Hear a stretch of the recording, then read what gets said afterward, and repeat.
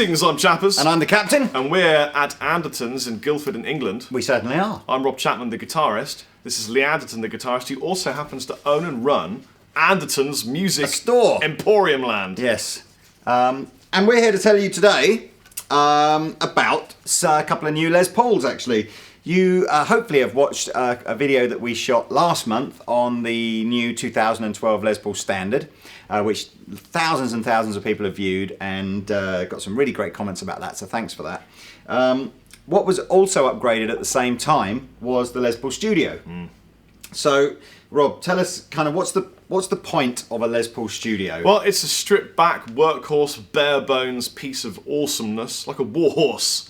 And I'm not talking about the emotional one in the movies, I'm talking about the one you take on tour, slam in the back of your van and abuse every day, and it treats you nice.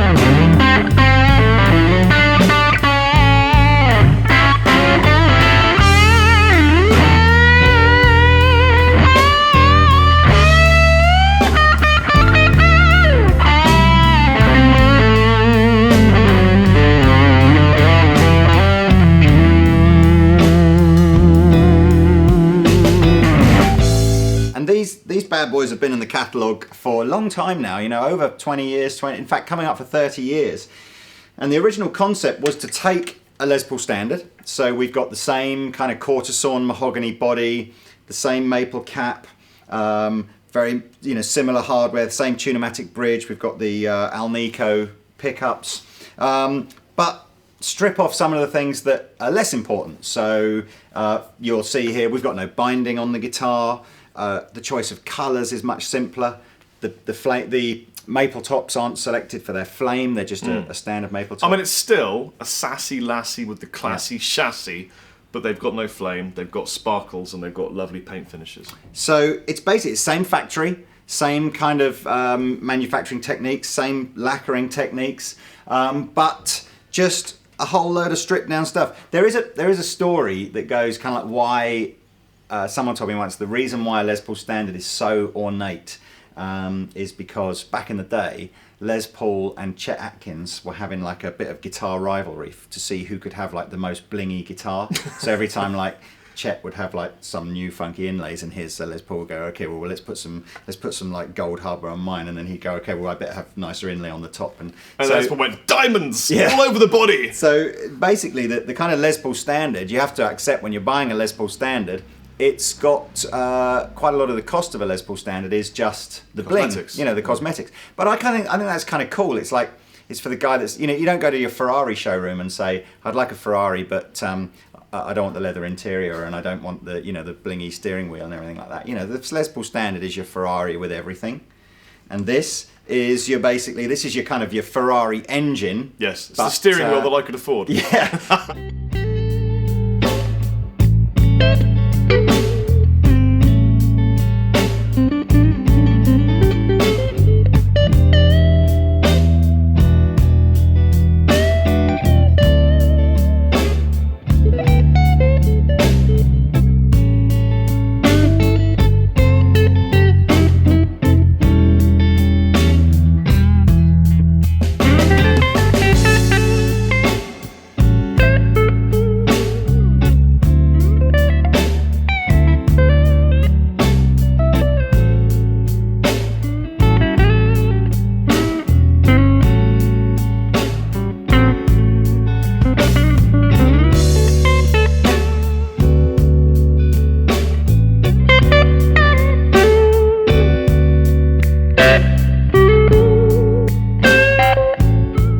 So what have they done in 2012 then to make these different? Weight relieved? The hell out of it. So if you could see beyond the exterior shell here, you'd see a really interesting pattern, sort of, maybe we could flash it up on the screen. Yeah, we'll flash it up on the screen. I'm going to flash it up now, like this.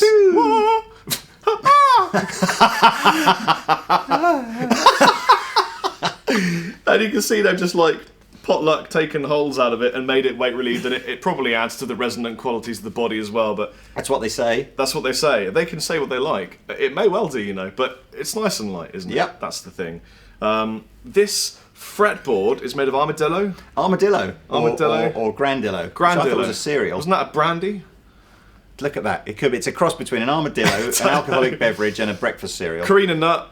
Something that's Or Korean, even. Korean. It's got a Korean nut and a Grandillo fretboard. Which is obviously fretboard. some sort of variant of rosewood. Which, to be fair, looks like a lighter coloured rosewood. Does it look like a sort of a baked maple or a... But I must admit, it's another one of these timbers that Gibson have started using on the fretboards that a whole heap of fuss has been made out of. And if nobody told you that this wasn't rosewood, you'd never... They didn't know rosewood! You'd never ask. No, you wouldn't know. It feels great to play. Yeah. Well, I think the last thing, which is a really nice feature, are these coil taps. Yes.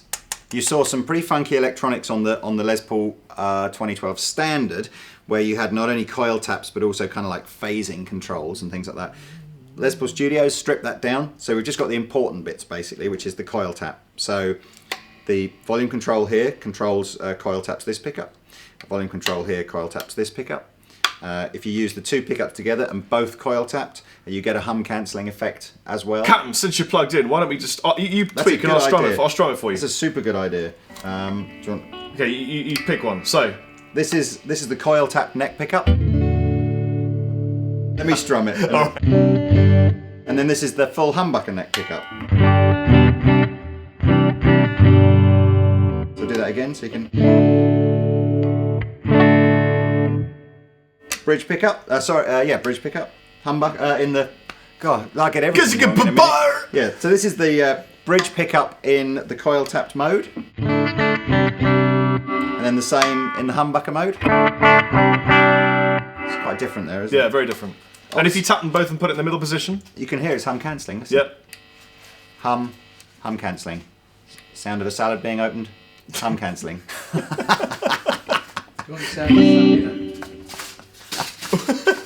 Sorry, our sound engineer is just opening a massive salad to enjoy. So I got lots of nice tones that I can get from this guitar.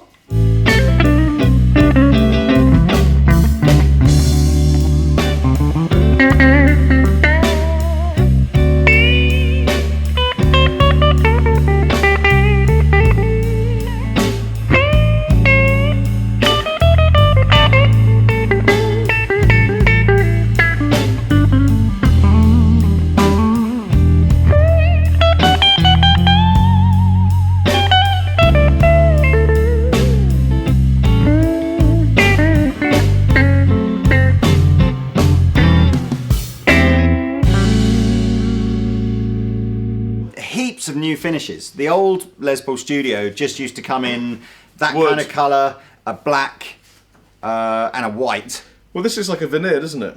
No, it's not a veneer. Is this just natural mahogany? That's your maple cap. Is this just my maple cap? That's your maple cap. In fact, if you look down the side, you can see where the mahogany meets the maple. And is that just natural silver? This is natural silver. This is a timber. It's silver birch. This timber is. Only grown in a place called Treasure Island. Oh, awesome. Yeah, which is in the middle of the... X marks the spot of Treasure Island. No, so you can get loads of cool new finishes, which I really like, actually. Some of the ones that I've really liked that I've seen so far, you've got Pelham Blue, Inverness Green, 2 or 3 different sunbursts. Obviously, you've got the cherry, the wine red, you've got the silver here, you can still have it in black. In fact, the only colour I think that you now can't get it in is white. And that's an unusual one. If you've ever had a white Gibson Les Paul, you have to be really careful what kind of rubber stands you put it on, because there are certain types of rubber that do this weird reaction thing. Wait, with the Stick's white got a question for us. I have one. You've got one, haven't you? Yeah, my white V has gone very yellow. You get funny brown marks wherever it comes Browny into. yellow. Yeah. And you can't polish them out. That's like That's nothing to do with the stand, though, is it, Stick? No, it's not actually. That's a reaction with the nitro finish, isn't it? Yes. Yeah.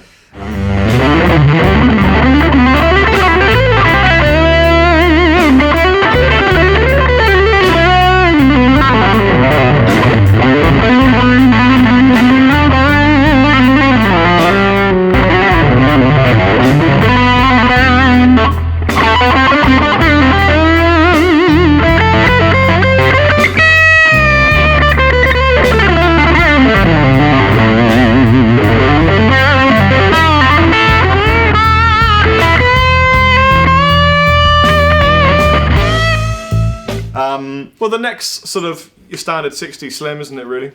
60s neck, normal, 24 and 3/4 inch scale length. They come equipped with genuine Gibson strings. Come equipped, yes. Is that a feature? I suppose it is. It is now. It is now. And I suppose the whole point of a Les Paul Studio is what ends up on the price tag, I guess. It's, at the moment, in Andertons, these are just under £1,100. Always please check the website for latest prices, because these videos, you might be watching this 2 years after we shot. You know what we should do at some point, and maybe you guys can tell us in the comment section below whether you like this or not, is we should do studio versus... Yeah, we should do studio versus standard. Full-on hardcore Les Paul standard. Yep, I mean, it will sound a little different because the pickups on a standard are burst buckers, whereas these are Alnicos. Is it the 490T or 490R, something like that?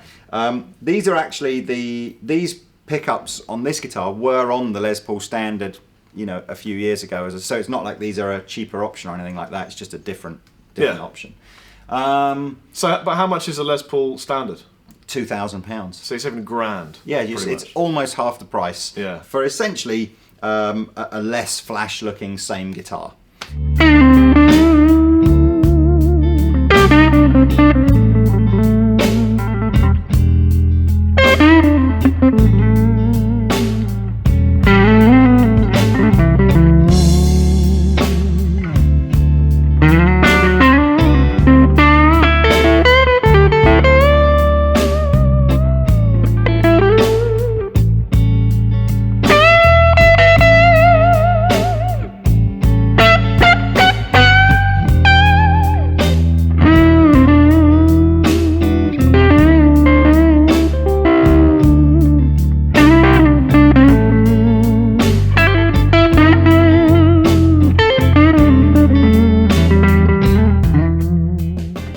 So it's going to definitely appeal. It's going to appeal to guys that haven't got the budget to go to a Les Paul standard, and it's also going to appeal to the guys that don't want to be as bling. They just want a bit more understated, like the black one or something. Just looks super cool. By the way, if you want to see all the colours, please go to the Andertons website. There's a link in the comments section below, and we have all nice high-resolution pictures of all the different colours that are there. We're going to fade out now to Captain Lee playing some stunning blues with his stone plectrum on this incredible Gibson Les Paul Studio. And if you like the sounds, we're using a Tone King Falcon amplifier, which we're going to review a little later on, and we're using my two fave overdrive pedals, which is the full tone Plimsoll and the which rock I think sounds great in front the Plimsoll is the king of pedals, and the rock box, which we're using which we could have used for a super high gain sound, but actually in this video we've used it for kind of like that just slightly pushed drive tone, which is awesome as well.